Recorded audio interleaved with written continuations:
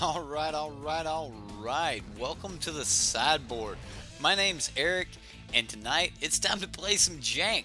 Saturday, my favorite time of the week, and we get to play some just crazy stuff. And that's exactly what I've got for you tonight. It's Naya Tresuraid. It's an aid from the Cowl deck, and it does use Trove of Temptation, and you might have seen a deck very similar to this one from Saffron Olive, but this is actually grandfathered by an Abzan deck that I tried to build long before Trove came out, and I definitely think that Trove was the card to add to Aid to the Cowl. So that's the deck that I kind of built everything, or that's the idea I built everything around tonight, and we're gonna just see if we can cheat some free stuff into play here. So if you do like tonight's show, you like these Jank decks, tune in on Saturdays, and we'll definitely be playing the best Jank I can find or put together, and we'll see where it goes. But if you like this, give it a thumbs up, and if you like the content in general, go ahead and subscribe. And let's take a look at the deck here, shall we? Let's get rid of that for you, and we'll fix this. Alright, so looking at the deck right off the bat, you're going to notice that it looks a lot like the Boros Approach deck. And it does have a lot of similarities with the Boros Approach deck, including the fact that we have the Boros Approach combo in the deck. Sunbird's Invocation into Approach of the Second Suns. Granted, we're not actually looking to hit this instant win combo. It could happen, and if it does happen, then hey, that'll be great. Crewfix, welcome to the Sideboard. And so we do have this instant win combo here. If anyone's not familiar with it, if you cast a Sunbird's Invocation from your hand, or sorry, a Approach of the Second Sun from your hand, with the Sunbird's Invocation on the battlefield, you'll look at the top 7 cards before this resolves. Remember, this is the one cast from the hand. If you find the other in the top 7 cards, you will cast that for free off of the Sunbird's Invocation. It does say cast, and that will satisfy the clause in the first one, which is cast from your hand, so you instantly win the game. So it could happen, but more than likely we're just going to value this card out. There's a chance we could value it out by hard casting one of our larger enchantments here. Overwhelming Splendor and Sandworm Convergence, basically just our taxes that we put in late game that pretty much just win the game for us. We only have one copy of each because we definitely don't want to draw in to too many of these early, and the deck is really heavy on the backside. So the real trick here is to use Aid from the Cowl, which is a Revolt enchantment, or a Revolt mechanic enchantment.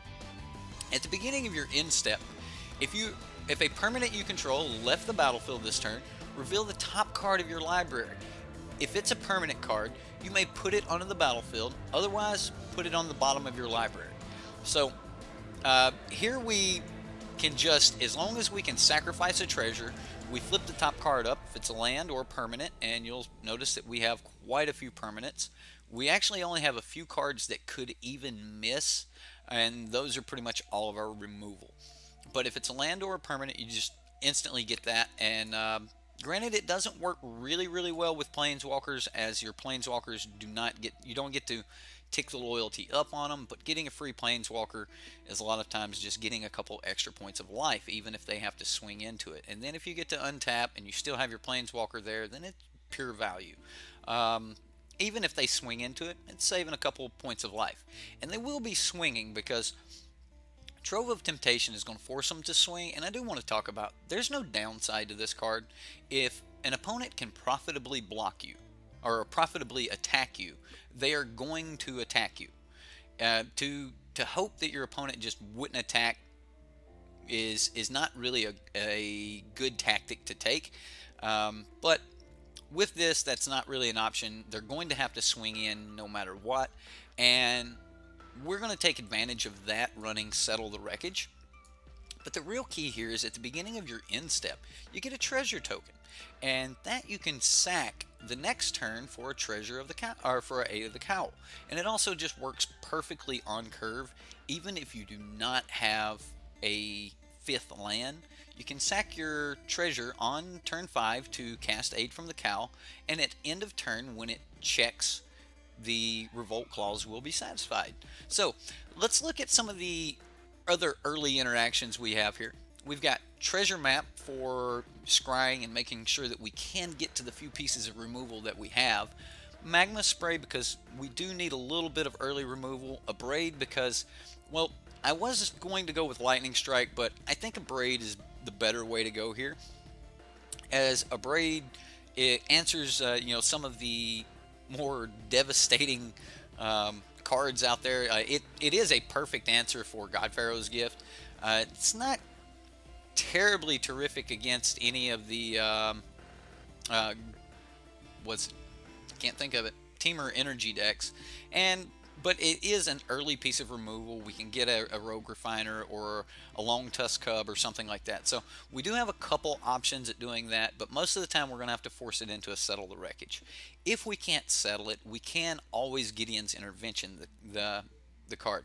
Now, I really wanted to go with Cast Out because I wanted to be able to cycle Cast Outs and things, but because this is an Aid from the Cowl, and we're going to have a lot of those just enter the battlefields beyond our main phase, so we've got really no control over what's on the battlefield when this enters, and if there's nothing on the battlefield for a Cast Out, that's not really the best thing for us. So a Gideon's Intervention will allow us to just, you know, try to pick a card from their deck if we haven't seen a lot. And what's the difference between an MTG player and a Hearthstone player? That's pretty good. I'm down to 60 IQ points. I hope I'm holding up to that.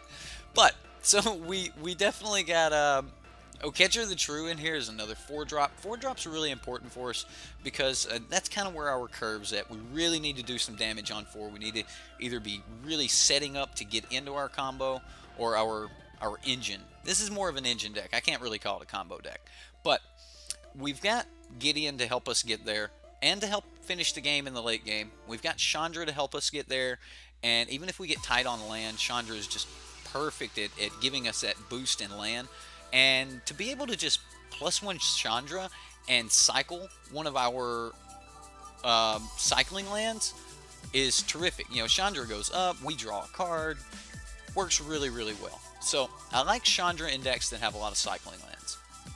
In the 5-drop, for the other Planeswalkers, we have Wreckage Warrior Poet, and then we have Nissa Vital Force. Now, Nissa is a way for us to untap some lands, get a little bit of extra ramp if we need it. We can do a lot of different things with Nissa, and she just plays really well in the deck.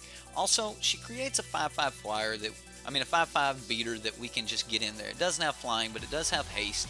So, you know, if we flip a treasure map or something like that, which sometimes is something that, you know, we may have multiple treasure maps and we don't need one of them, or we would like to reflip it or something. So we could get it back with her -3 ability, which works for almost all the cards in our deck because there are so many permanents. So returning, you know, a Gideon's Intervention or one of our enchantments that someone has managed to deal with, absolutely terrific. Why Approach? So Approach just combos with Sunbird's Invocation, and we don't actually have a lot of main board ways to really get in at the opponent.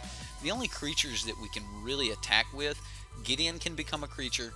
We have Oketra, which Oketra can make us some bodies and give us something to do with the abundance of treasures we may get into. And that's pretty much our real... Oh, the Watley 3/3 dinosaur and the turning a land into a creature. That's the actually only ways we have to beat things down, other than our actual win con. Like, when testing, seem to win all the decks with this. So Sandworm Convergence, this is the card that kind of just ends everything for us. And if we hit it on curve, turn 5, Aid from the Cowl, flip it, like if something was to happen and we did that, it's definitely game. Overwhelming Splendor is just as devastating. So, Jan, welcome. Rich, welcome. Kenny, Let's see, Moon Man. I don't think I gave you a welcome. Welcome to the sideboard. So let's take a look at the sideboard itself here. I've got a couple authorities of the consoles here, which is just terrific deck. And since our terrific card in our deck, it is a permanent, and it's another card that we can gain a little bit of life, help push us into the later game. And then because we're a great revolt deck and they have to swing, I wanted to throw a little bit of Death Touch in here. I plan to bring this in against Hydras and things. I don't have creatures in the main board, but this is a really good creature or a blocker for us against the Temur energy decks. Now, it's not really that great if we don't get Revolt on it versus, the Raminot Red decks, but if we can Revolt it, it's really good.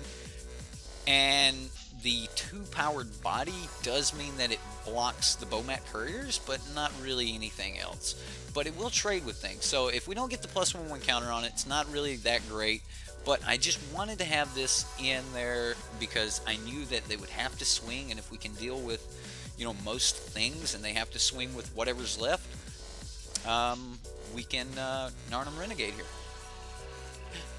Also, it's notable that if it can't do damage and they're just wanting to use that creature to swing because of Gideon's intervention, in the past I've called Long Tusk Cub a lot with this card, as the Long Tusk Cub will get down on 2 or 3 and get a little bit out of control. You get this down and then it doesn't matter how much it grows. So they may just swing with the card that can't do any damage. Narnum Renegade doesn't die in that exchange because it can't do any damage. But we do have a couple more copies of Abrade, a few copies of Desert's Hold, because this card is actually really good, and the 3 mana makes it on curve. It definitely, we need more things at the lower converted mana cost. So Desert's Hold was what I wanted to go with here. And then Catalanary Storm for another creature when we wanted to get in against those control decks and other decks that might be able to maybe stop our Trove, or in certain cases we may actually even take the Trove out and just bring in Catalanary Storm. And then the last slot here is just the other 2 copies of Gideon's Intervention. Granted, the only card that I wanted in this deck that's not really in here is Cast Out. I kept trying to find a spot for Cast Out, and originally the Renegade was 3 Cast Outs, but Cast Out, it just, I couldn't find the room for it. If you decide to cut some things and put some Cast Outs, if you decide to even try to play this Jank deck, then hey, by all means, I really wanted Cast Out into the deck, and it could have been these other 2 Abrades, I don't know, but Cast Out seemed really, really good, and was even in the main board for a while until it kept hitting on an empty board from an aid from the Cowl. So I did end up switching Gideon's Intervention and in amongst some of the other changes. But that is the deck. What do you guys think? And we're gonna get into the play lobby and see what happens here. Well, we're not getting in there. It's Christmas and I have yet to upload any points on here.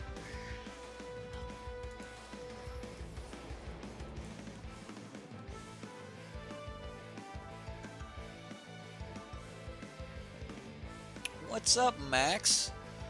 Radil? Kenny? Welcome, welcome. Let me get chat where I can see it just a little bit better. There we go.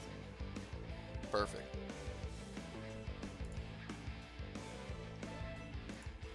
So we won the dice roll. Opponent's nice. And we will see where the deck takes us here. We're on the play. We do get a treasure map and some settles. This is probably going to be pretty good. I think that we can draw into the lands. I'm going to have faith that with a treasure map we can get into the lands. So let's find out. I 100% think it's a Jank deck. If it works at all, it should be a ton of fun.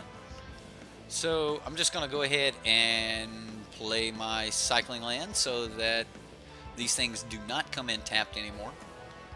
These have smoothed out the 3 mana or the 3 color land base so much. You do not need a tune, people. It's good though. If you're running energy, it's good. Like if you're running energy, run a tunes. But if you're not running energy, don't underestimate those cycling lands. I think I need to fix the screen just a hair so you guys can see the edge. That's a little too far, right? There we go. Hey, look, we hit a land off the top. Look at us. Aren't we cool? I'm going to play this, and then I'm going to put a stop in my upkeep so that I can trigger the treasure map. We don't have anything else to do on turn 3, so we're definitely going to be doing that in our upkeep. So we'll go ahead and just play the treasure map, see if he has the Abrade for it.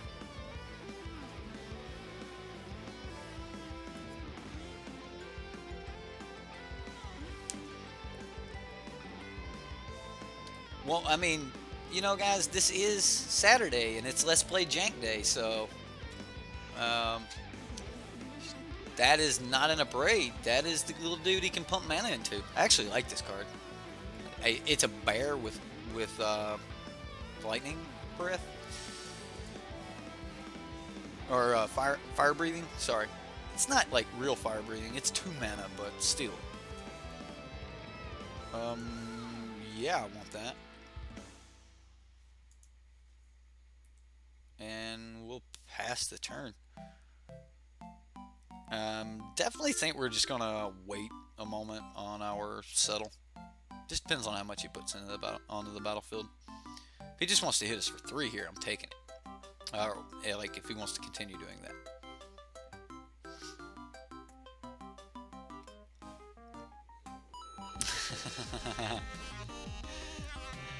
You like the planes? They're pretty. There's a reason I try to get you guys some decent artwork in at least something. I can't control anything other than the lands, but I can control the lands. Right? Modified fire breathing. So, you know. Prying Blade. Why would he spend his writ? He's got other things to cast, I assume. Wants to equip it, maybe.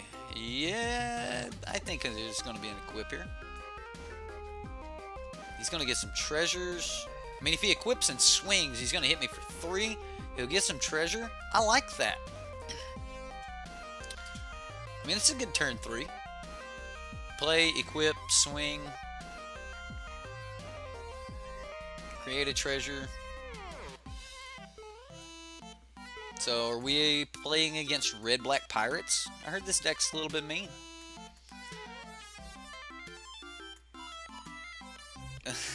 What kind of sorcery is this?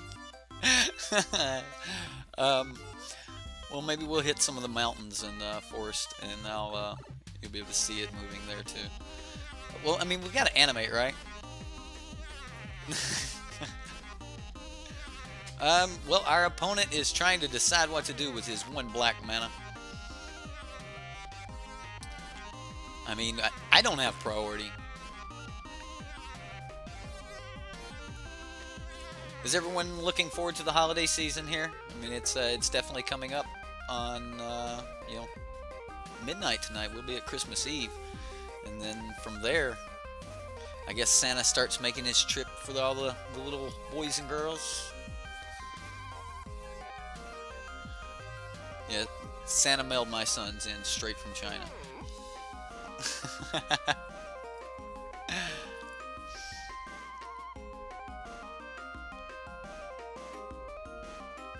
Well, the thing that I was thinking about with the equipment here is he will be able to equip this or the Pirate's Cutlass on 3.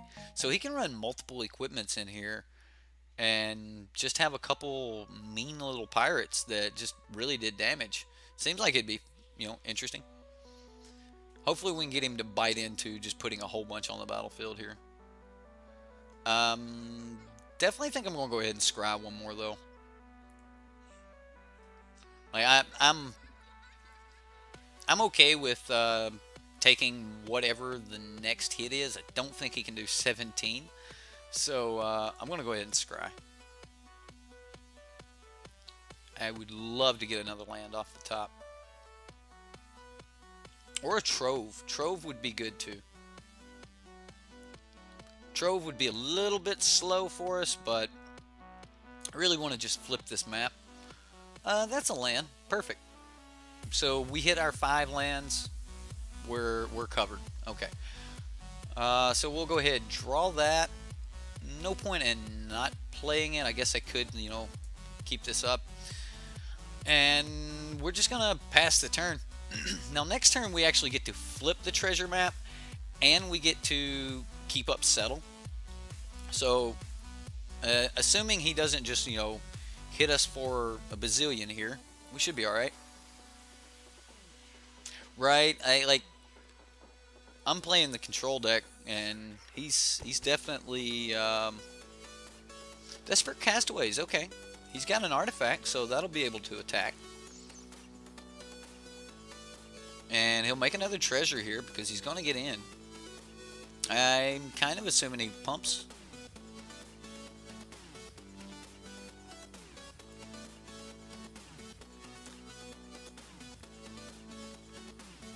And he did not pump. Okay, so he's not trying to be fast about it. Maybe he's got some other stuff he wants to cast. I would love for him to dump his hand and swing at it. Swing next turn.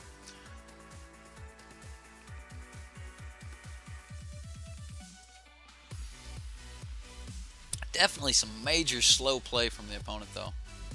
At least our clock's not ticking down. We got a good 2 minutes on him, so remember, if you're playing Magic Online, the clock is one of your win cons. I overuse it way too much, but it is a win con on Magic Online. So, you know, if you gotta take it to, like, nothing will upset your opponent more than taking them to time, but sometimes Magic is dirty, and if that is the win con, like, there'll be a point where you'll see that, okay, I need to go on the, let's put that on the bottom. We've got another. We've got plenty of land now. But Gideon, oh man. So if we hit Gideon, if we played Gideon, we can, I'm going to play Gideon. I'll still settle if I have to.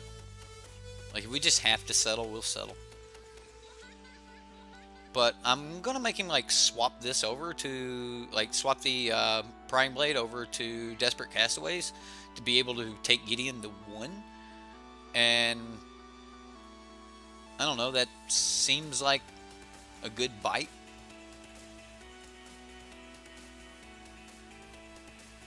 See if we can get him to bite into that. Maybe even add a little bit more to the board. We've got 2 settles. So even if Gideon goes to 1, we're fine.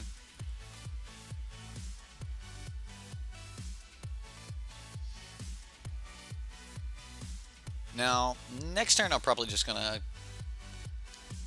I don't know, I may just cast this approach, and we'll go from there.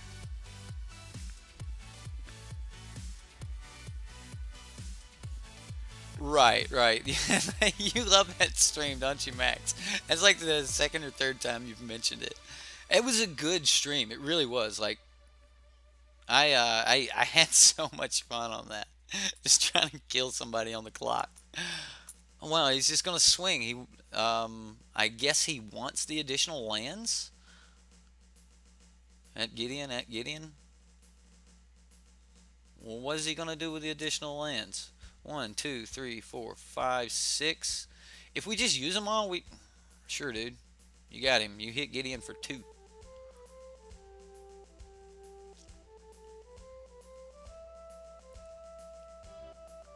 Uh, 1, 2, 3, 4, 5, 6, 7. So we can sack 1 draw card here. I think I like that. And then we'll go ahead and go into our draw step. So we'll draw 2 for the turn. Those are some really good cards. How do we want to close this game out? Do we want to go for the approach kill, or do we want to just beat this gentleman to death? I really like the beating him option. Yeah. We don't have any draw or any of our combos to just like take the 6 cards off the top of this once we cast it. So if we do cast it, we're just going to be on this long drawn out plan of trying to get to it. I mean, I guess we could draw 2 cards per turn here. Beat down, huh? Okay. Beat down it is. Time to put him on a clock.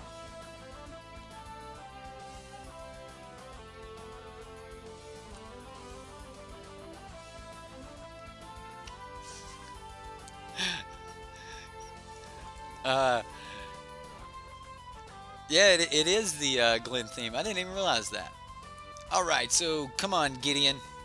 Let's test his Vraska's Contempt.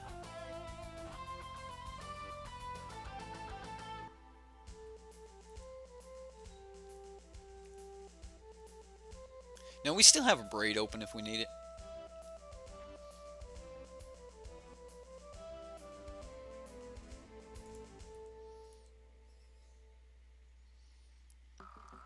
And we're just going to pass the turn. Worst comes to worst, we can abrade this if we need to, but I'm more interested in just killing his creatures. Really? Okay. I'll check out OC Remix and see if they've got it. They had a bunch of music over there. Not a pitch, but like if you like free music, OC Remix, you know. They're right here on YouTube, and it's tons of like cool 8-bit stuff. I basically just went through and found like pretty much everything that you guys ask for. The Donkey Kong, Metal Gear Solid, all the other stuff. Tecmo Bowl. I picked that up. All right, we're gonna that's game. He just scoops it up. He's like, I'm done. Whatever. But yeah, let's see. Actually, I don't even know if that Tecmo Bowl song is. Oh, it was the Tecmo Cup. Yeah, this one.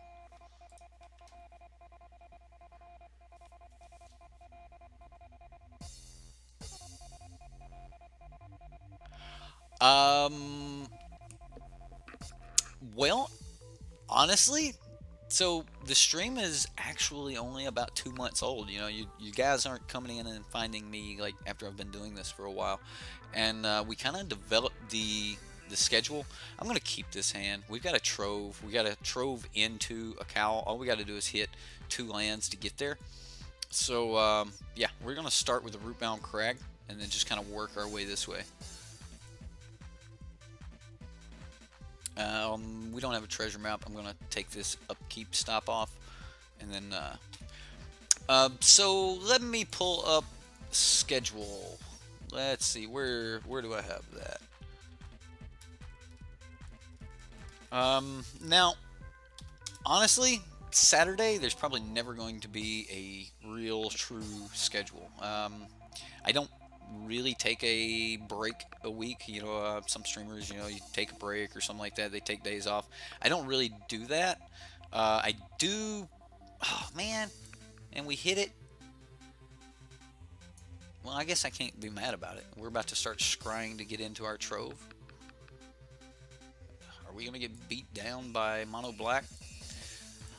One moment though. I'm making this play while I'm pulling up the schedule. So for the most part, the schedule is right here on the YouTube page. Live stream Monday through Thursday at 7 p.m. Mountain Time, and then Let's Play Jank is on Saturdays, and Subscriber Sunday is the day we do all the subscription decks. And then there's no really schedule for when I do meta coverage. It really just depends on if we've had a GP or something like that in the past couple weekends. That's standard. I do not cover Modern. I don't know enough about the format to really even pretend to be intellectual on it. So I don't really do anything on Modern. But I do have the schedule up. I do try to stick to that 7 p.m. Mountain Standard Time for the live streams Monday through Thursday. Now, Saturday, it's always going to kind of fluctuate. It's going to be an evening stream, and I don't really know exactly what time I'm going to do it, because Saturday is kind of my day that it's I try to not put too much stress on Saturdays, put it that way. It's one of the few days I get some time with my family and things like that. So, you know, people working and things. So I don't really know when the Saturday stream is going to happen. If we get something that's a little more stable, then yeah, I'll put a solid time on when these Jank streams are going to come out. But for now, I would just say look for it Saturday evenings. I do have, I'm going to put that on the bottom. I do have a, you know, personal thing where, perfect, we hit it, where I like to be able to put out the live stream 1 hour beforehand. So even if you don't know the time on the Saturday live streams, you'll know up to an hour beforehand before the live stream goes live. If you get the notifications, you'll have to hit subscribe and click that bell and, you know, all that other stuff. Insert pitch here, you know. But yeah. So next turn, we're not actually going to tap the map on upkeep. We're going to be playing Trove. Trove will create a treasure at end of turn. He's on 3 here. He must be holding all of his Fatal Push and stuff like that. We're going to get really lucky here against this mono black aggro, I think. It just really depends. I mean, oh, Trespasser's Curse. Interesting. All right, I hate when people say that word, but I wouldn't expecting that in mono black aggro. Maybe out of the sideboard against, you know, Whirler Virtuoso decks and things like that. But man, is he trying to main board for some kind of meta call? Well, the good news is no one's meta calling our deck. This ain't happening. I think the closest thing that's ever been streamed to it was Saffron Olive's 4-color Treasure Revolt ramp deck. Look at that. Yeah, so I'm going to go ahead and just play our Trove. And next turn... Oh, wow. Trove, treasure map, aid from the Cowl. We've just got everything going on here. I'm going to sack this treasure at end of turn, at end of his turn, to put another counter on the map, which will then give us ability to do it in the upkeep, and then we'll have 3 extra treasures. We'll be able to hit the aid plus trigger the aid and the Trove at the end of turn and go from there. So he needs to put a lot of pressure down really, really fast, because our next turn, our engine is online. Painted Bluffs? What?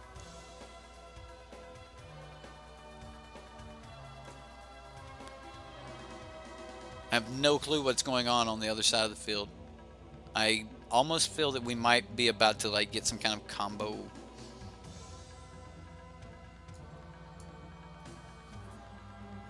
Never mind.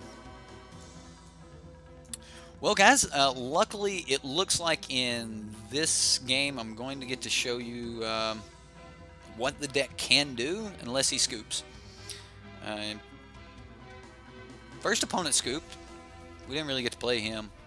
Played him one game, though, you know. I can't help they scoop. Yep, we take the 2, you gain the 1. The things happened.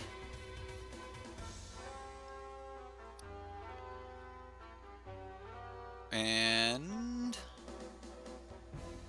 we move to end step. So we'll go ahead and put another counter here. I'm going to put the trigger there.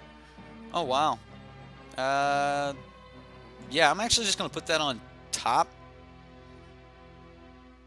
We don't have to scry during upkeep now that we know what we have on top. We have our land.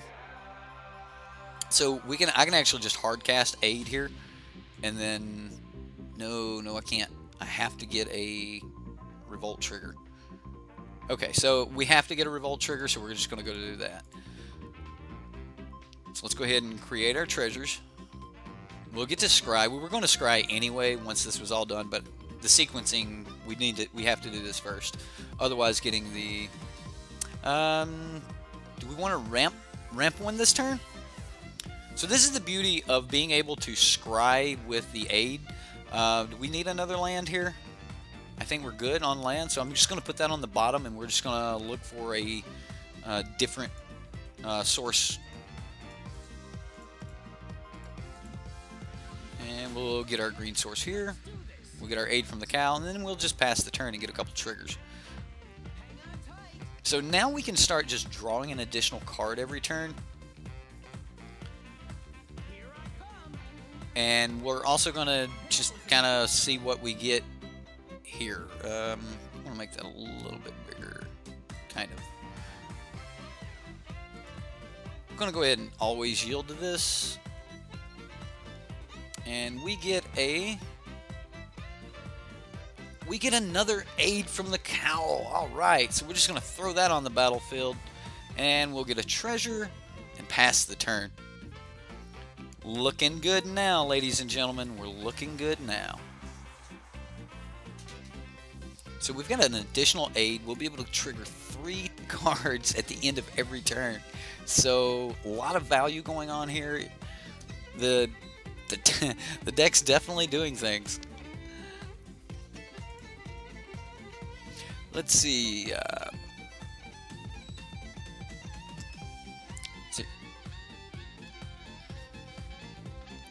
The modern. I'm gonna do modern on Wednesdays. I do know that I'm doing modern on Wednesdays. I guess I will put that up. I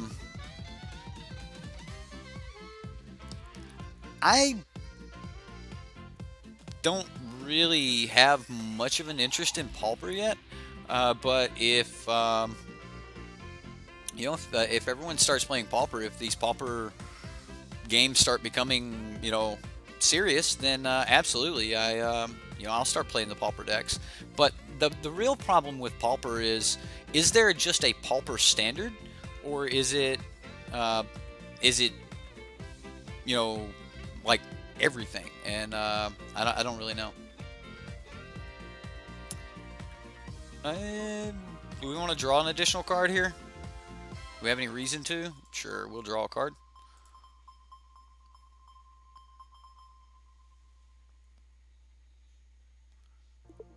We get a Ramunap Ruins. Alright, so let's draw for the turn.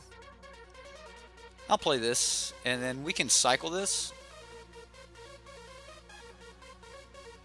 And I'm going to leave up Settle the Wreckage. We're down to 9 life, and I definitely want to make sure that we don't take any more. Like, it's time to stop taking damage. So we get a free Sunbird's Invocation here.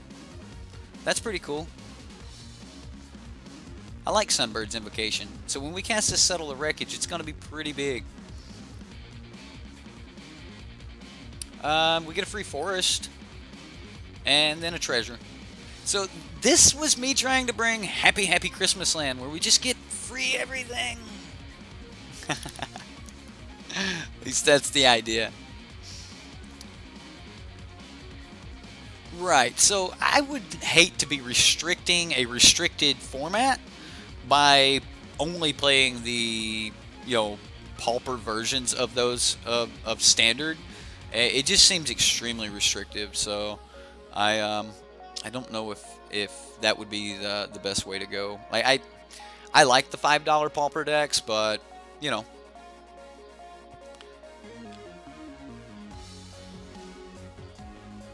Well, he swung, so we're gonna take one. He's gonna gain one. I'm gonna go ahead and put this on the stack. I'm actually gonna stack 2 of these. I'm okay with it. And we'll say a Ramunap Ruins here. Sacrifice your dudes, dude. Go get all the lands you need. If you were needing lands to get things done, they better be extremely powerful. Well, see, I've played a few Pauper games in the past, and when I did, oh wow, we could hit another Settle the Wreckage, or we could get a free Chandra. I like free Chandra. Free Chandra seems good.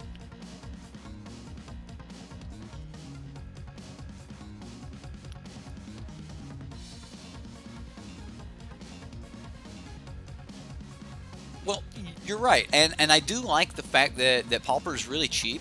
I like the fact that it's commons and things like that. And I actually built a Pauper deck one time. It was a Kennel Fiend deck, and there's a lot of really good spells. It was just a red-blue spells deck. Kennel Fiend was the backbone of the deck. We had like the Is It dude that gets bigger and things like that. So there's some really good cards there, but I just don't want to play the standard only Pauper decks. That seems like not exactly where I want to be. I'm going to cycle this land here at end of turn.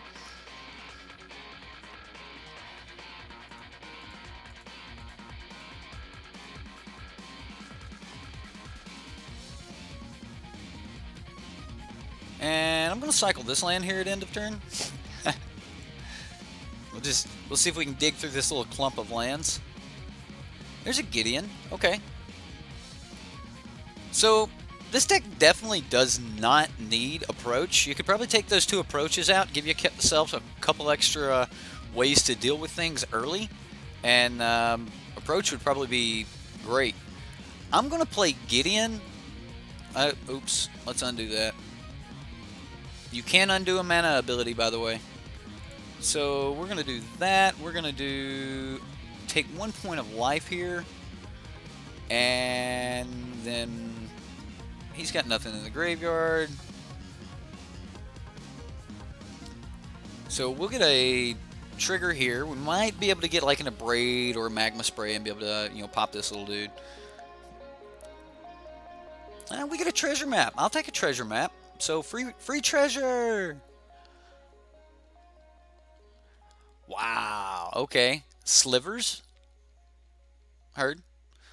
Let's see. A bunch of people have joined in here lately. Lloyd, Juan, welcome. All right. Well, we get our Gideon now. Finally. This deck's sweet, guys. I don't know if it's competitive at all, but it's sweet. We will exile the top card of our library and see if we can cast it. Casting it will not trigger Sunbird's invocation, but man, I'm all about the treasure maps with the sequencing we're about to do. I'm going to turn off auto yields so that we can sequence in between aid from the Cowl and see if we can just make it like broken. Do we want to play a land this turn? Did we play a land this turn? Alright, so I'm going to put Aid, Trove. Alright, do we want to put Abrade on the bottom? Okay, so I should have put Trove first so I could have responded to it. I want to stop yielding from this ability. We will put Abrade on the bottom. Now we're going to pay 1 green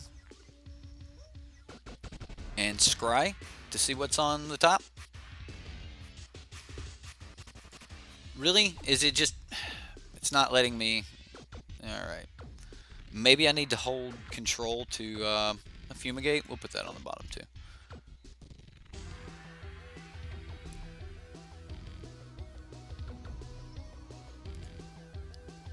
Did I not use Gideon? I did not use Gideon. We've got way too many things going on.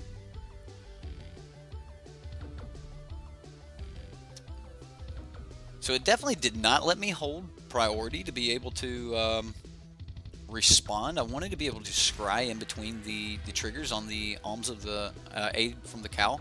It might have been where I auto conceded to the, or auto yielded to the ability. And we'll see if could just be a glitch in MTGO. Maybe I've went too Johnny for it.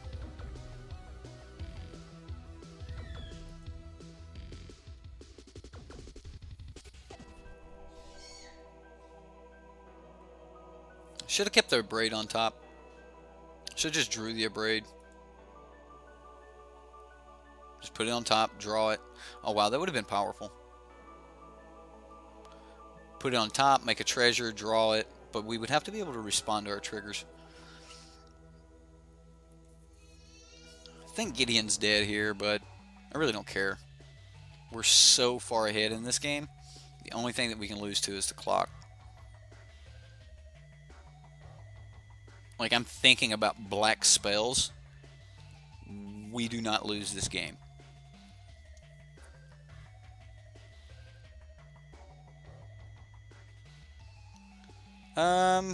He wanted to hit Chandra. I'm gonna sack a treasure. See if we can draw, like, I don't know, a forest. Yeah, that'll work. Put Chandra at 2.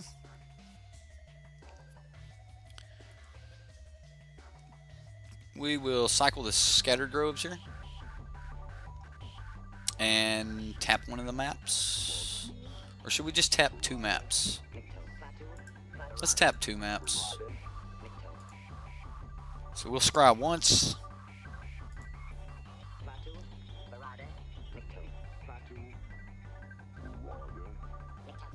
Oh, I actually want that card. Yeah, let's put that on top. And honestly, I just want it now. So we're just going to go ahead and grab that. And now we get to scry again.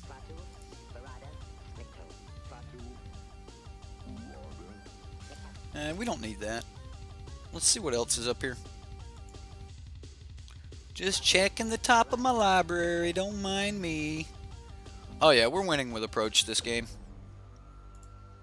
We have Sunbird's Invocation, so I'm going to show you how we can one turn dig through with approach. So we'll go ahead and draw our approach. I'm going to play the land for the turn. Unfortunately, we don't have a way to create enough white mana. How do we get the white mana here to cast this? Let's see here. So we'll just cast approach and gain some life. 1, 2, 3, 4, 5, 6, 7. So let's stop a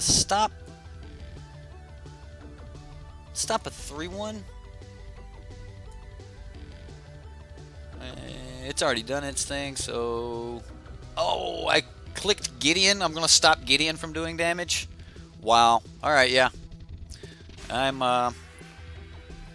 definitely an idiot. Let's just go ahead and cast the approach. At least next turn we'll flip all the cards off the top of it. Man, we just lost a bunch of things. We'll have to cast a 5-mana spell after we cast the approach, so we'll go ahead and take 1 life.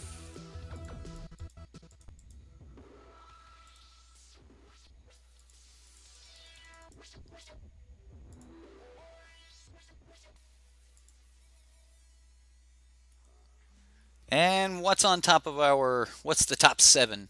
Do we find the other approach? Because that would be awesome. Ooh.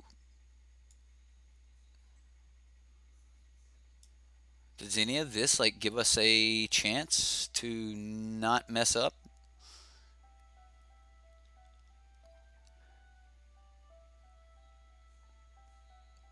Let's say we don't take damage.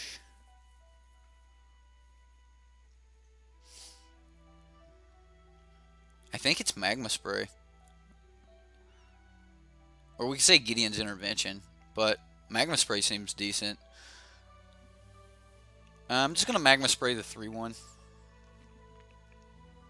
We'll gain 7 life. We'll take 4 more. Probably not, though. He's probably...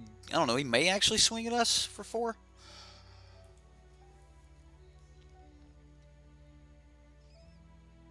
Overtapped. Don't think it's going to matter, but definitely overtapped. Okay, well, we will get to alms, or aid from the cow. Why do I keep thinking alms from the vein? I did see the unstable boggles. But yeah, it's definitely will be for Wednesday.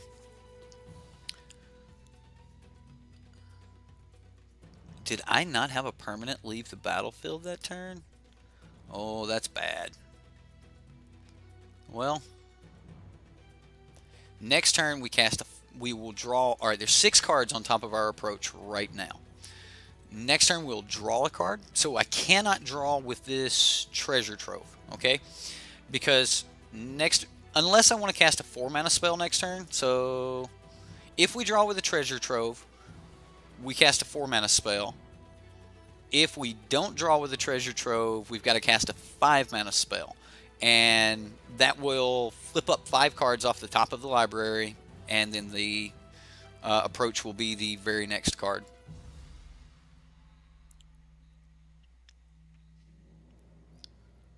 So we could do like, wow, he's still coming at Planeswalkers. Okay, well, I figured he would be trying to close this life total here, but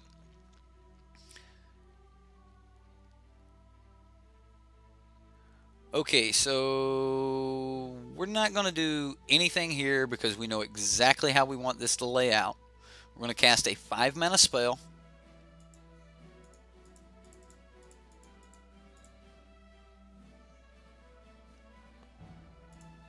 And then we're going to flip 5 cards off the top of our library. What do we get? Sure, treasure map. We're going to cast this treasure map. Now, we're going to draw a card so that when we pass turn here, so we will go ahead and draw from our treasure, triggering our revolt. There's our approach. So one turn got all the way through the 7 cards to our approach. And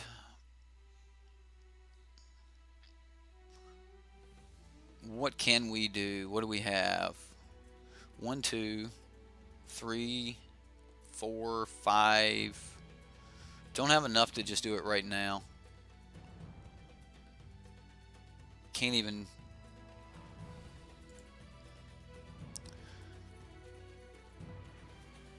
I'm just going to scry.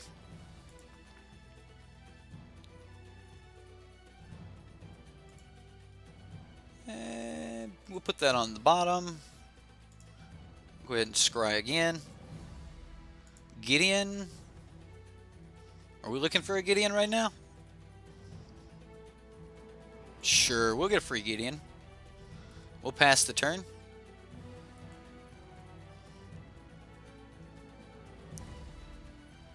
And we'll get some triggers. So we'll go ahead and see if we can do this and get the Gideon. I'm holding control. So we'll throw Gideon on the battlefield. And now, okay, so it was just where now we're going to scry 1 again. So we can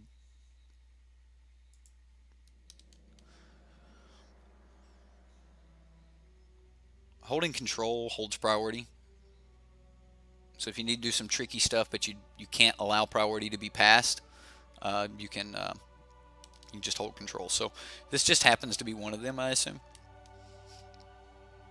Because I'm the active player, I put them on the stack. I need to hold priority once I put them on the stack. Well, I mean, when you have all the tools, we didn't have to be very careful. We were able to just like grab it. We could flip the card, the turn after we cast it, we were able to flip all the cards off the top of it and put it into our hand. And I don't know what our opponent is doing here, but ooh, and a braid. Well, we want to put that on the bottom because we're looking for a permanent. We get a Watley. Okay, so we'll get a free Watley. We get a free Rootbound Crag, and then we get some Troves of Temptation. And he has to be able to do 12 points of damage this turn.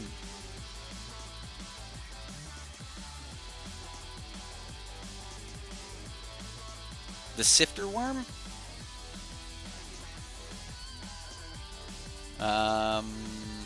Sifter Worm. Alright, you got me curious. Let's look at worms. Sifter Worm. Trample. 7 mana. When Sifter Worm enters the battlefield, scry 3. Then reveal the top card of your library. You gain life equal to its converted mana cost. Honestly, if I was going to do that, I would probably do the Revolt card. Let me get back over into the game. I'll show you in just a moment. It's a gain 5 life card. Well, he's definitely going to be able to put some damage on us. I mean, we don't care. We've just got so much out right now that's like, well, whatever. I've played so many free cards. We're 29 cards. Like, we only have, we're 31 cards into our deck. He's only 41. So 19 into his deck. He's seen 19 cards. We've seen 31. Well, we've seen more than that. We were able to have selection through our Sunbird's Invocation.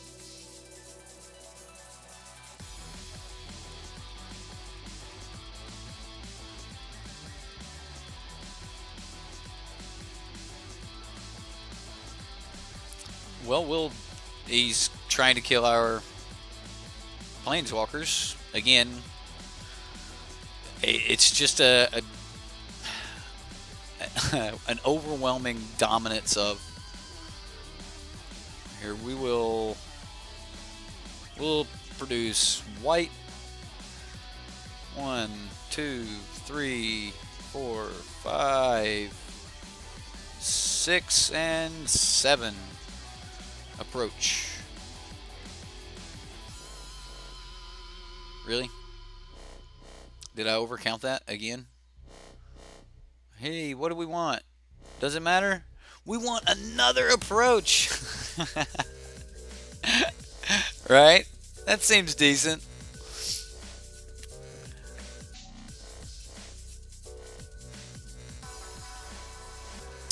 Okay, well that was just game 1. I don't know what our opponent's playing, but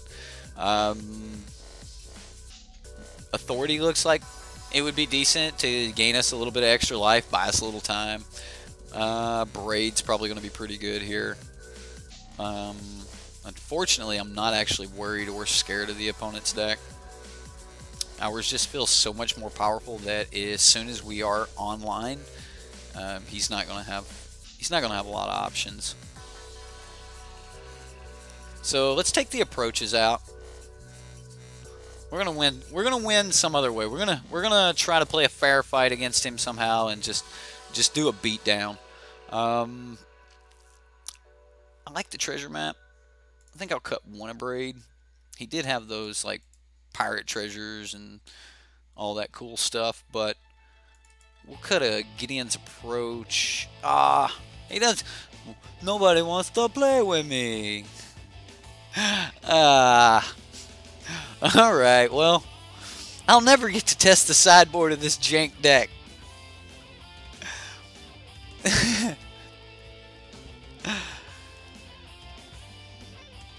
Let's see, critique building a Ramunat red deck if you... So yeah, actually exactly what Crewfix said, man. Just post it on Reddit, and if, like, Sideboard MTG is our official Reddit. Again, if you go to, I'll pull it out. We have a button right here on my homepage, so you can just click and go straight to Sideboard MTG, and there is a submit button, and it's all you have to do is just click there. It'll take you straight to our Reddit. Here, I'll do it. It'll take you straight to our Reddit, and then from there you can you know, post things, whatever it is you want to do, and it should be taking you to the channel. Is it not taking? If that's not taking you guys straight to Reddit, because it actually took me to my messages. So if that's not taking you guys to the Sideboard MTG Reddit, please let me know. I'll fix that. I'll have to log in incognito and test it later. Well, we won the dice roll, so we're going to be on the play. We don't have any red mana. We don't have any red mana. I can't keep this. We finally had to mulligan. Oh, yeah. I like it. We've got a turn 2 and a turn 3 and hit the red. Like, how good does it get? Unfortunately, we're just going to wait for the red to come in on 4. Oh no! Is this red deck?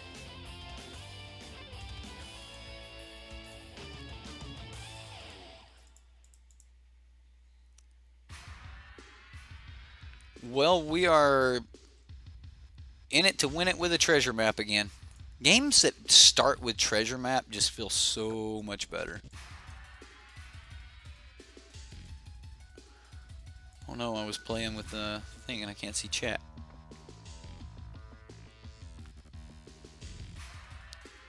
Okay, so it does take you straight to the Reddit. Cool.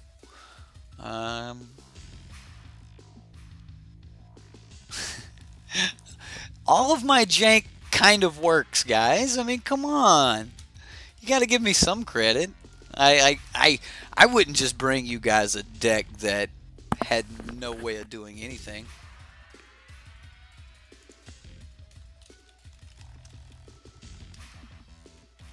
Apparently, when you just hit play, I got thrown into just starting. Alright, I'm going to say this. Our opponent just said, why are you playing in just starting? All rares and promos on your end? And if I am in just starting,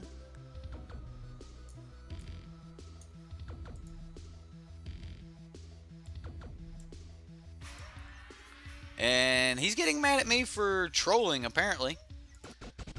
Whatever.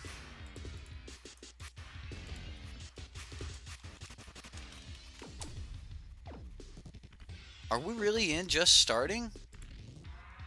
Oh my god.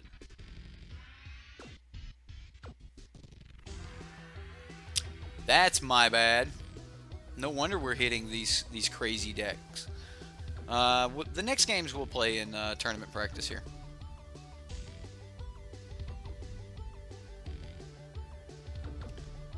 He's getting...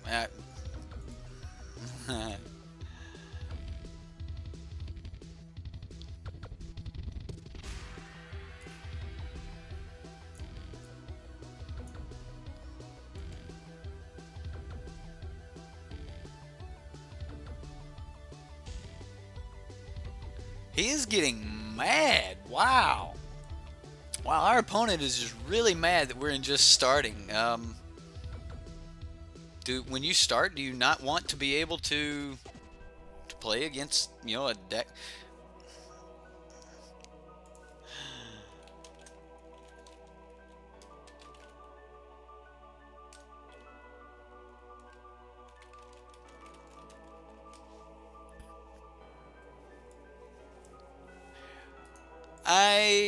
He's not going to play, so he can have the game.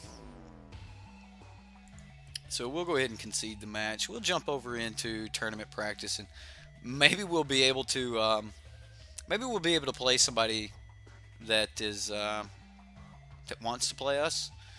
I mean, the guy who had foil lands was in just starting, and he was getting mad at us for having rares. I don't get it. It's crazy.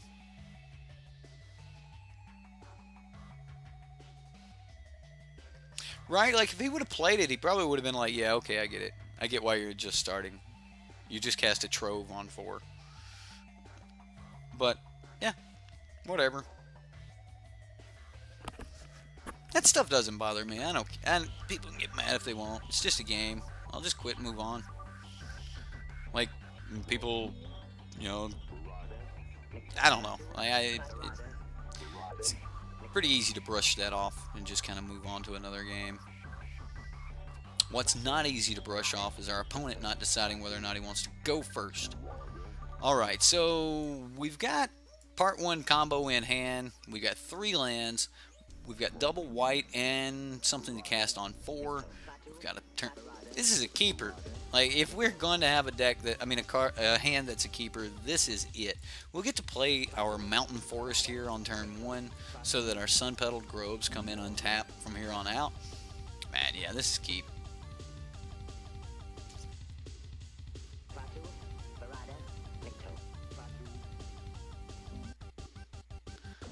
Alright, so we'll go ahead and... Oh, look at that. I settled the wreckage. Cool. So we can just play this, pass the turn. Next turn we get down our treasure map. So on turn 3 we're going to get to scry to look for a card. Is this Temur Energy? Are we going to get to play? We are playing versus Temur Energy, ladies and gentlemen. It is go time. Look at that. That 4th land just coming in all like it needed to. Let's see if it can work the way we drew it up, huh?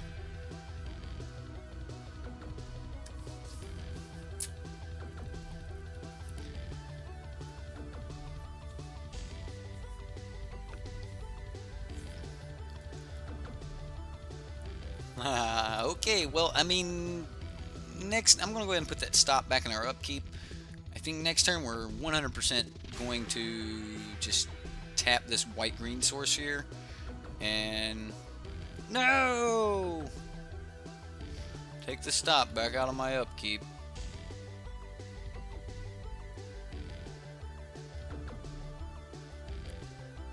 So, what card do we really want to stop damage on here?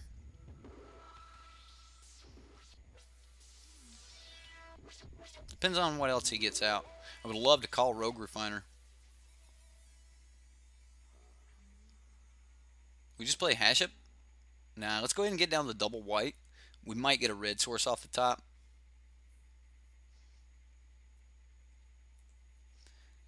Unfortunately, though, we're just going to take a hit here.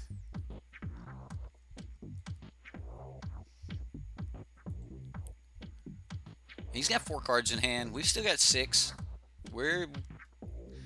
This Temur has definitely started out a little bit slower than Temur normally does, but may also have a lot to do with he may be holding a bunch of his kill spells. He may be waiting to get to, you know, to 5 mana to start slamming Glorybringers. We'll see. Right now he's not putting too much pressure on us. Are we seeing the Rogue Refiner, or is this going to... That's a Whirler. Okay. Unfortunately, you cannot call Thopter. Thopter is not a card, so... Get a Scattered Groves. Unfortunately, we can't cast that this turn either. So, I think I would like to...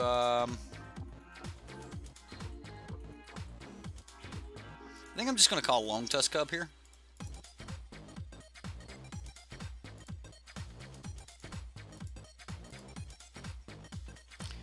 And the reason I want to play the Gideon's Intervention is because if I had a Settle, like if he's a good player, he's going to put me on not having Settle for playing this, but I do have Settle, so I want to try to get through that.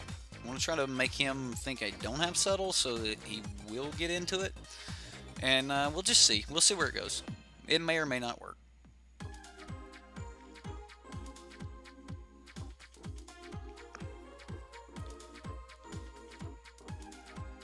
Might need to go back and add a little bit more red to the deck, but I don't think so. Like, right now the land base has been fairly good. And I don't want to change land base over, you know, just a vacuum. So far, the lands actually came in fairly nice for us. Turning on his Abrade was kind of horrible, though.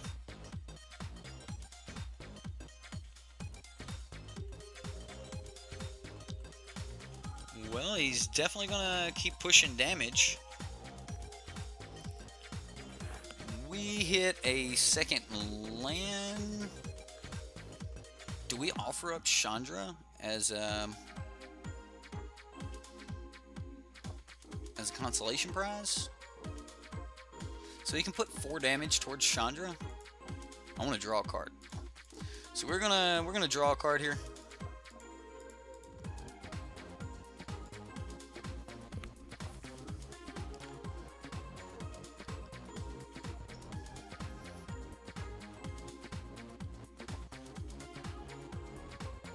He's just going to swing these at Chandra, and hopefully we'll get the Glorybringer in there as well to finish her off. If he doesn't finish her off, then we're going to be be a little bit better off next turn. He doesn't have any energy. He's not making another Thopter right now. So we'll go ahead and cycle this, draw a card. Oketra. Yuck. Whatever. So now he has to kill Chandra, or we get down our Sunbird's Invocation, or we can settle the following turn. Oh wow, okay, so he's gonna sink a Harness Lightning into a Thopter. Okay. So he will be able to kill Chandra. Alright. Well, if that's his turn to send 4 at Chandra, then we'll take it. He's got 2 cards left in hand. We're almost there. Unfortunately, this is the only way I really know how to fight against Temur energy. You got to get him hellbent, and it's hard to do. It's real hard. Oh wow, he didn't do it. He needed the energy for the Glorybringer. So he's going to use Glorybringer to finish her, maybe. Does everything go at her? Or does he's just coming at... Okay, so he is going to get in at me. Alright. There we go. So we'll take 3. Bye, Chandra. It was nice. And we'll play a land and pass.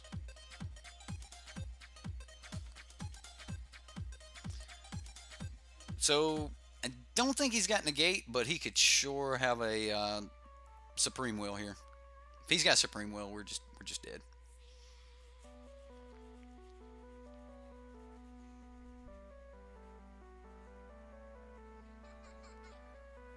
Doesn't matter that we lost Chandra. What matters is we get him out of cards and put him top decking and get to resolve a Sunbird's Invocation. So he'll tell us if he knows we have Settle here. He did. Okay, so... Alright, we will settle, sir. You got it.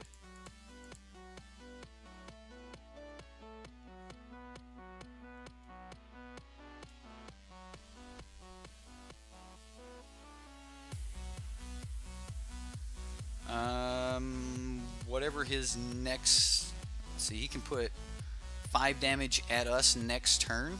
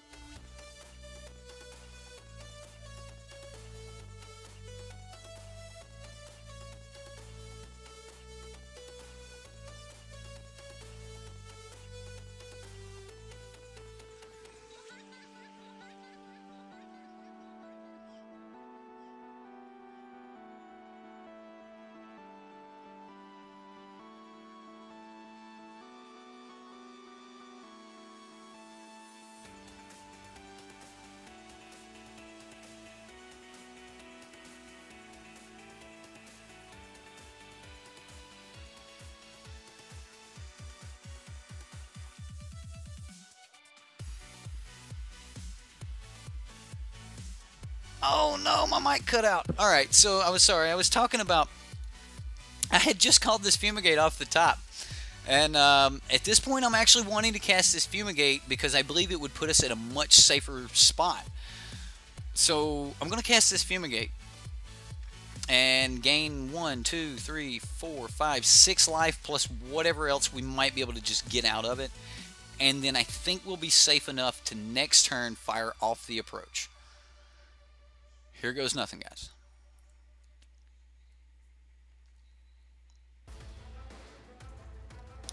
Now the other sequencing would have put Fumigate as being a great card to cast next turn.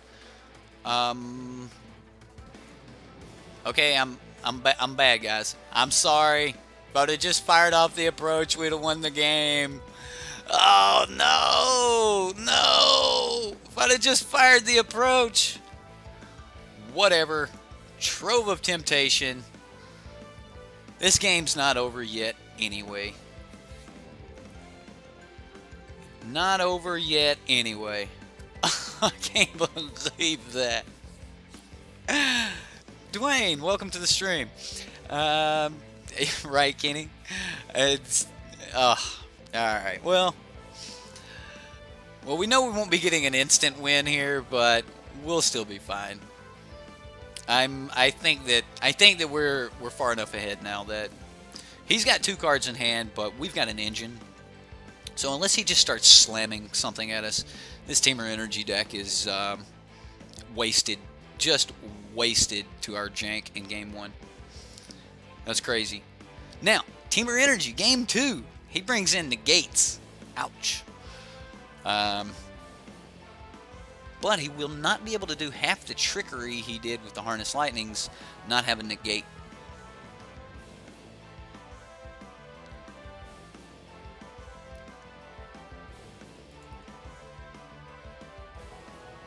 Well, honestly, if I hadn't have played the Fumigate, we would have gained 7 life, and that would have put 6 cards on top. Remember, casting a 5-drop, Fumigate actually would have been perfect the next turn, but we would have also been dead to this, because we would have gained 7, taken 7. Chandra, actually Chandra would have put us at 1. Oh, man. Alright, well, whatever. Let's see what happens here.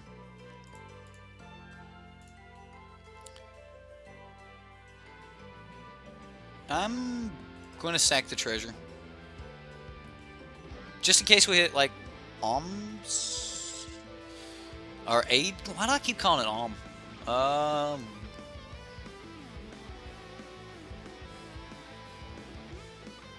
So, if I Nissa, I can just, like, swing at Chandra. If I Gideon, I can make Chandra not be able to do anything.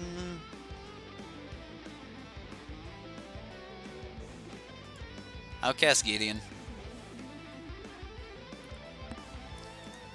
And Chandra can't deal damage to us. Pass. We get a treasure and we'll go from here. Well, okay, so my ideology is we've drawn 1 card. We've drawn no cards since we cast the approach. There's 6 cards on top of the approach right now. Okay, so what we do is we cast Chandra. That's going to dump 4 cards off the top plus our card that we draw for the turn. Then we so there's going to be, then we have to +1 Chandra, and at that point approach is the next card, our next draw. So we will get to dig through it this next turn. We will not have to wait a bunch of turns to get there. So if I can just like hold Chandra off for 1 more turn, then we're good. Can't cycle this because it messes up the math. Actually, I can cycle it. Instead of flipping the top card, we cycle the top card. We still get through the top card. Alright, so yeah, we'll prevent damage done by Chandra.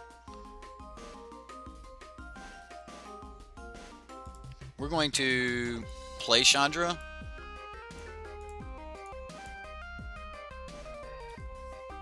And what do we get? Treasure map. Sure, I'll take a treasure map. It's no good to us right now, but I'll take it. And Chandra will hit. We will add 2 mana, spend said 2... Oh, I played it. I clicked the wrong thing, whatever. Well, we can still scry it away here.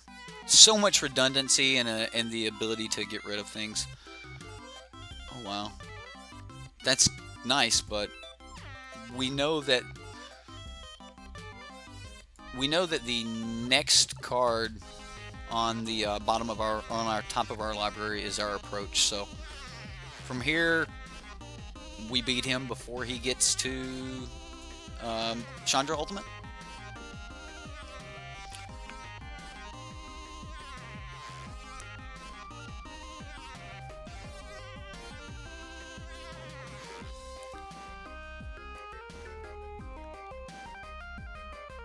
I love playing Jank like this. It's just terrific. I like how we actually put up a fight against this Temur Energy deck here in game 1. Teach him for having a bunch of Harness Lightnings. 2 mana make a Thopter though, still ain't bad.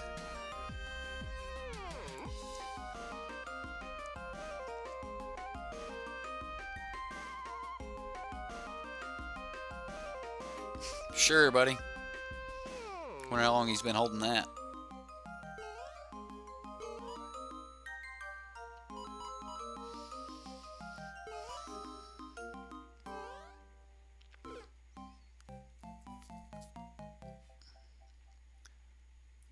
And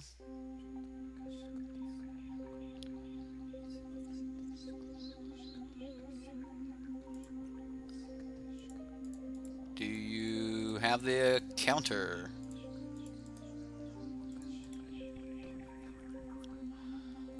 Sure, we'll resolve the trigger just in case he wants to counter it.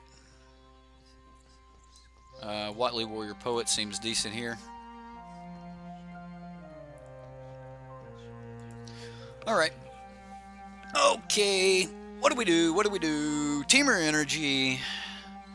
How did we draw up Temur Energy?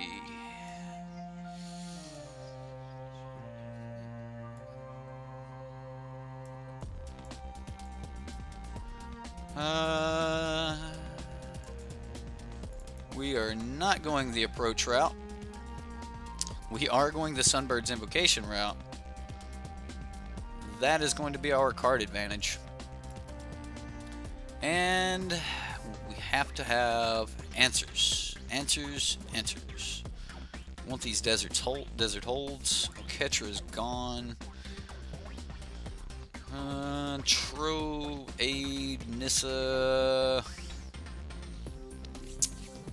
What are we cutting?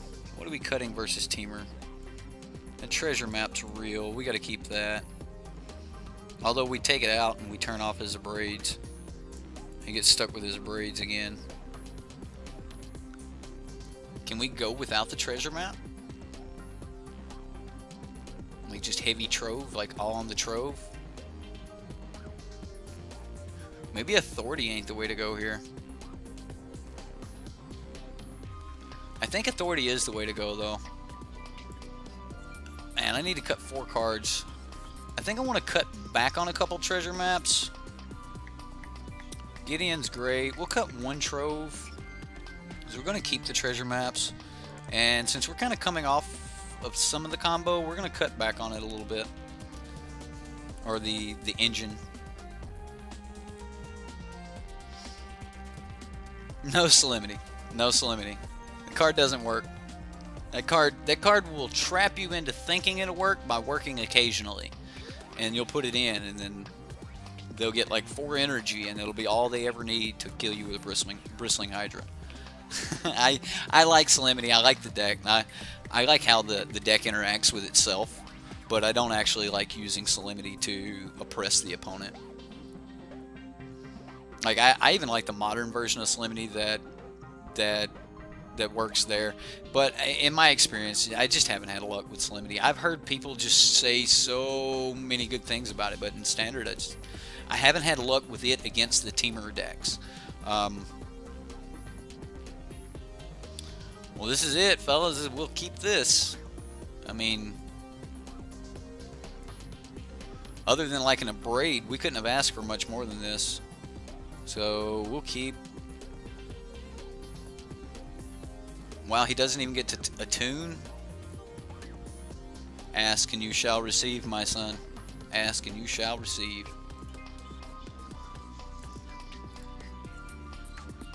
I think when I build decks, the decks like me. I think that's what it is. At least next turn we get to play our Narnum Renegade or our treasure map. I'm actually looking at the treasure map. So this way we can actually start like trying to draw lands next turn, or we hit it as a Braid right now. One or the other.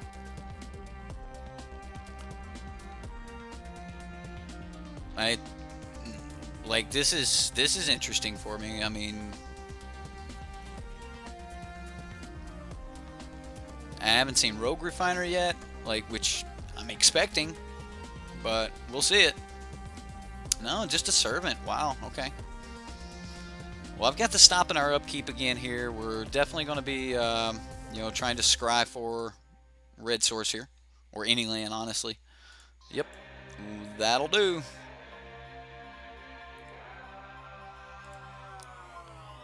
And we will pass the turn.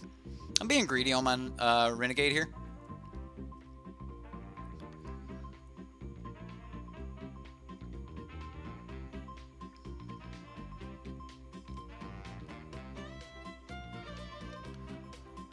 We may just have some land troubles.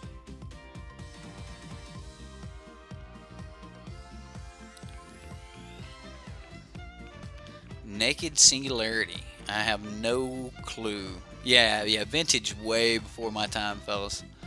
A lot of you have been playing a long time, a lot longer than I have. I played a little bit in high school, but, you know, that was, you know, in the programs and stuff I was in. You know, some of the kids there played. And there's a Hydra. Okay, so we got a target for this now.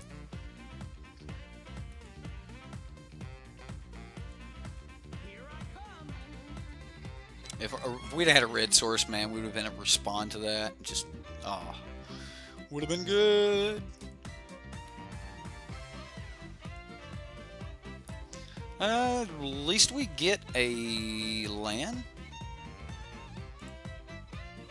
So, I think I'm just going to go ahead and deal with Hydra.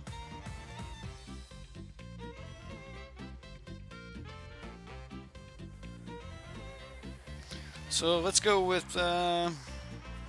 Bristling Hydra. Yes. Alright. I will. I'll look it up later. Actually, I'll look it up here now while we're waiting on this dude to pass priority.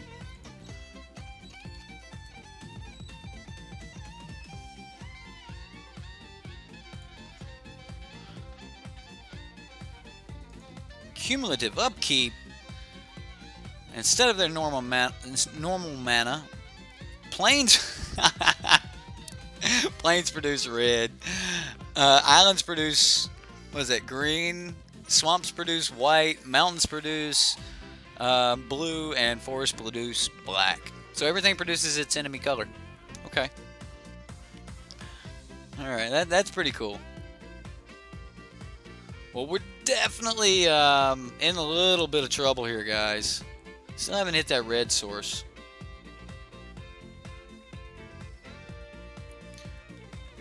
So let's draw this. Let's scry here this time. I had to take a gamble last time. I wasn't able to scry. Yes. All right, we hit that red source. That's going to be a little bit of help, which means that we can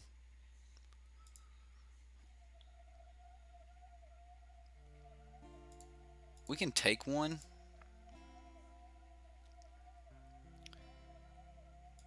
And cast this Abrade right now on that Thopter generator. Man. Alright, so next turn he goes to 6. We pass back, he'll go to 7. Okay. So next turn we flip treasure map. Fumigate. Turn after that, we Watley Ping Chandra. No! No! He gets to cast an Appetite. I assume he does it on our Gideon's Intervention.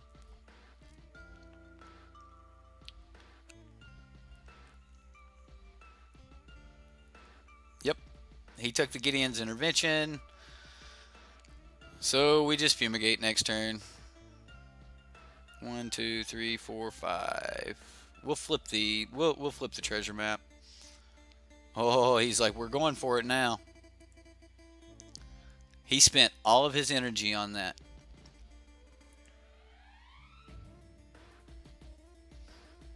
Does that seem risky to you guys?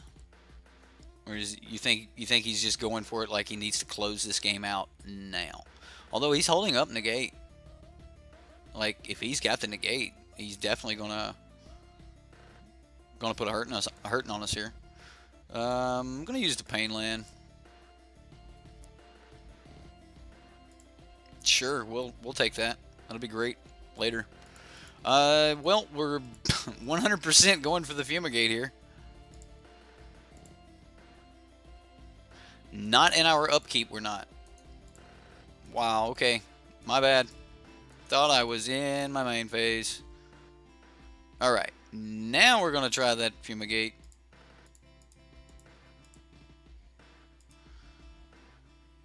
You got the negate, you got the negate. You got to show me, though. Might be a Supreme Will. He did leave up Supreme Will. We'll know if he cast it. I'm confused, guys. I said earlier that we were playing against. I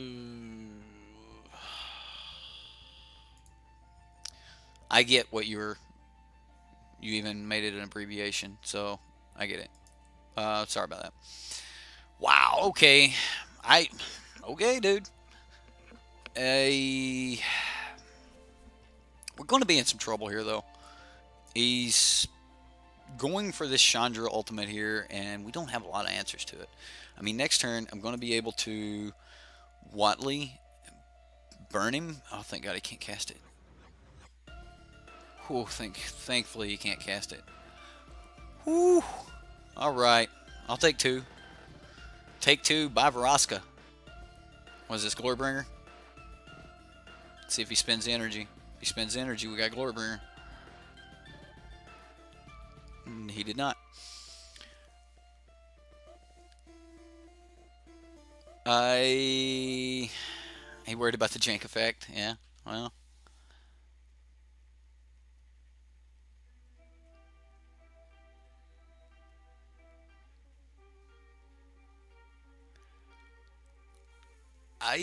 What is he doing? Did he just take her to 7 and say, okay, well, I'll pass?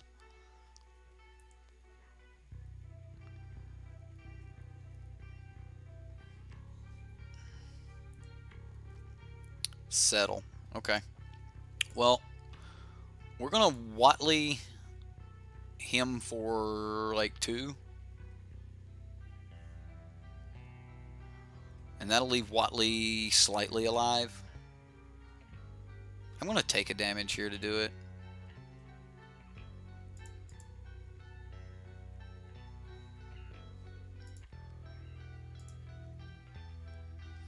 So if this Watley hits, we can hold Chandra's ultimate off one more turn. Yeah, he's going to Supreme Will it. So he could have stopped the negate, or the board wipe last turn. He chose not to. Alright, well.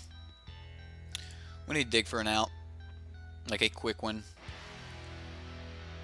He's got 2 cards in hand, and if he starts casting spells, we're definitely done for.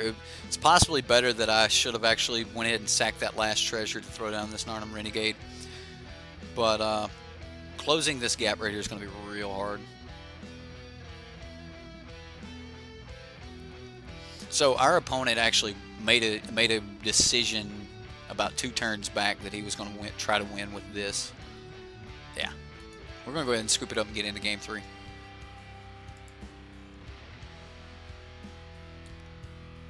Alright, so he is worried about our combo jank finish there. Unfortunately, now that we're on the play, I actually don't like Narnum Renegade. I never really got a chance to test it in testing, so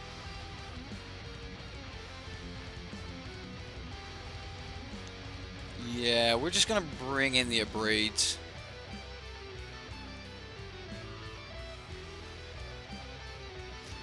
Yeah, I actually just lost that first game there. That was the only game we lost, but that's kind of hard to do. We're gonna go for our combo here, guys. We've got Trove, Aid, Sunbirds. Can we get there? Can we get there?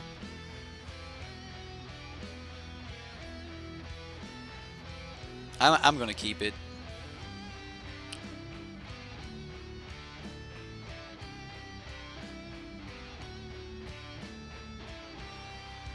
Do you abuse some? Let's see.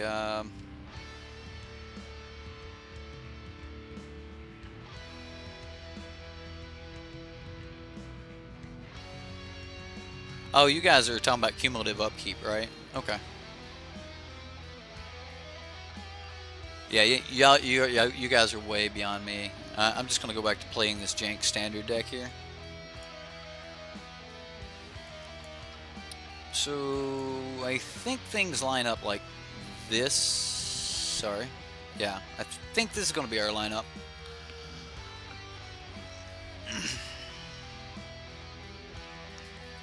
Good old Temur energy.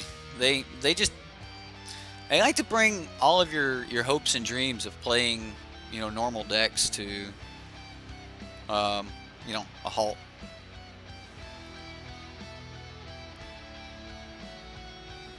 We'll see if he comes out fast, though. If he does come out fast, we're definitely in probably a little bit of trouble. But if he doesn't come out fast, then we're game.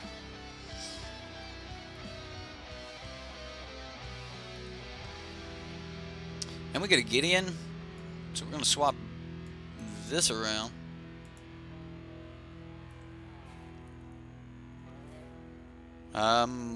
We might be able to start getting some stuff off. Otherwise, we're about to snag this negate out of his hand right now, though. I'm taking that negate. My negate. You just give us the negate. If we take it now, we don't have to worry about it in just a minute. So give me the negate. What do you got? There we go. Haha, thank you. Alright. So next turn we go Trove, Aid, Sunbirds. He's going to go Rogue Refiner. Congratulations. Alright, we do need to hit some luck off the top when we start getting this Aid down on the next turn. So I'm going to take this stop out for now. Yep, we are clear to play this. So we'll take 3 here. Next turn, I'm expecting him to follow this up with Hydra or Whirler. I do expect him to put something down, though. Might even be Chandra. Yeah, he went for his red mana first. He went straight for that red mana. The first 2 he tapped, it was Chandra.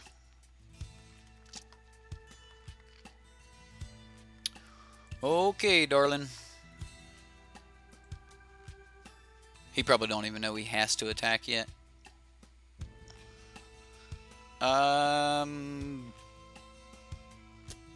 Well, we get to play the Scattered Groves, tap. Yeah, we'll do that. Like, we're definitely going to have to beat him in the long mana game, so I love it. You guys got your own conversation going on over there. Alright, so we'll get a Trove. No, I'm not going to always yield to it. No, Fumigate. Do we want Fumigate next turn? I mean, sure. Like next turn we actually just play Ramunap Ruins, Sunbird's Invocation, and then we have Fumigate and yeah, that's not bad. That's not bad.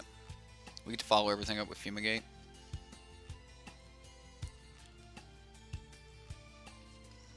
I don't think we're going to get a chance. I think we're going to have to get into this Chandra here with this Watley.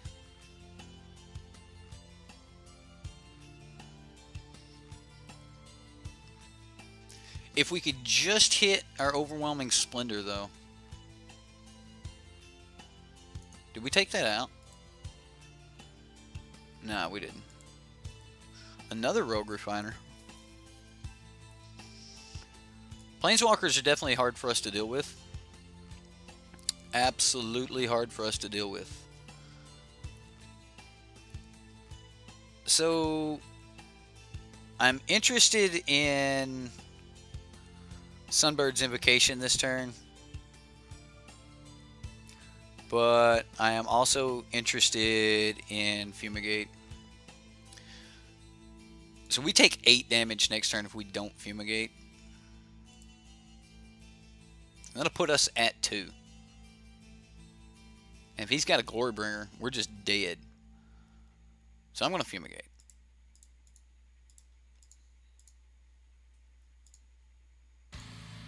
And we'll spin it this way in case we get like treasure map.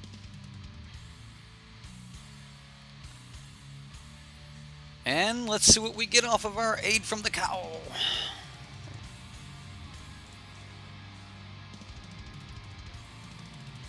And guess what we got? Treasure map.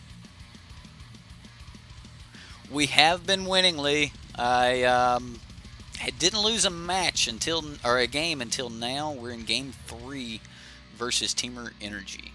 So we may end up losing to the big bad Temur, but I'm not counting us out just yet. He has to be holding the negate. Don't 1, 2, 3, 4.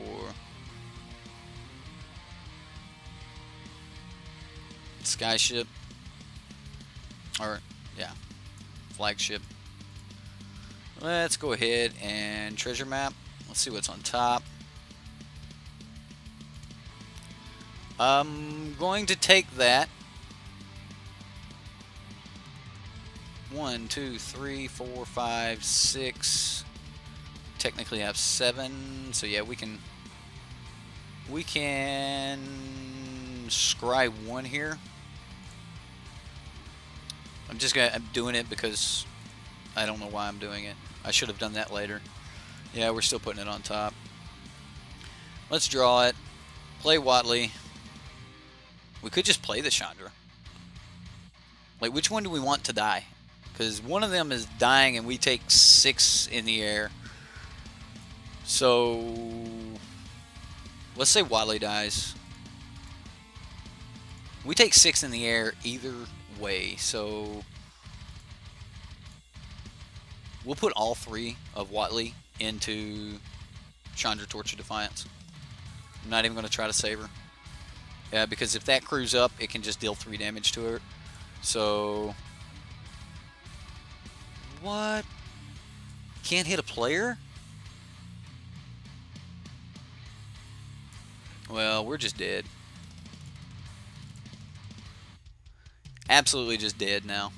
I thought you could hit a player with Watley. Yeah, that is my bad.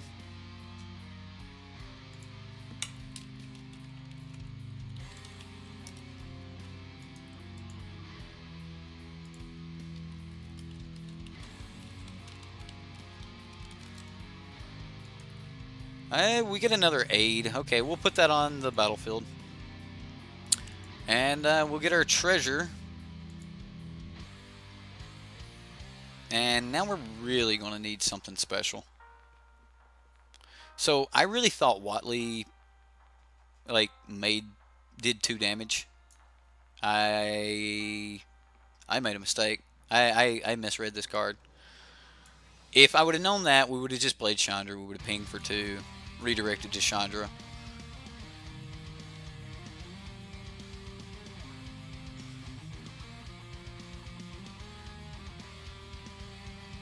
Yeah, and the energy mechanics, it's great. Like, there's not much you can say about it. I'm pretty sure we're just dead right here, though. If he casts one spell that can crew, there you go. Well, he can crew because he can make a body, and we're dead.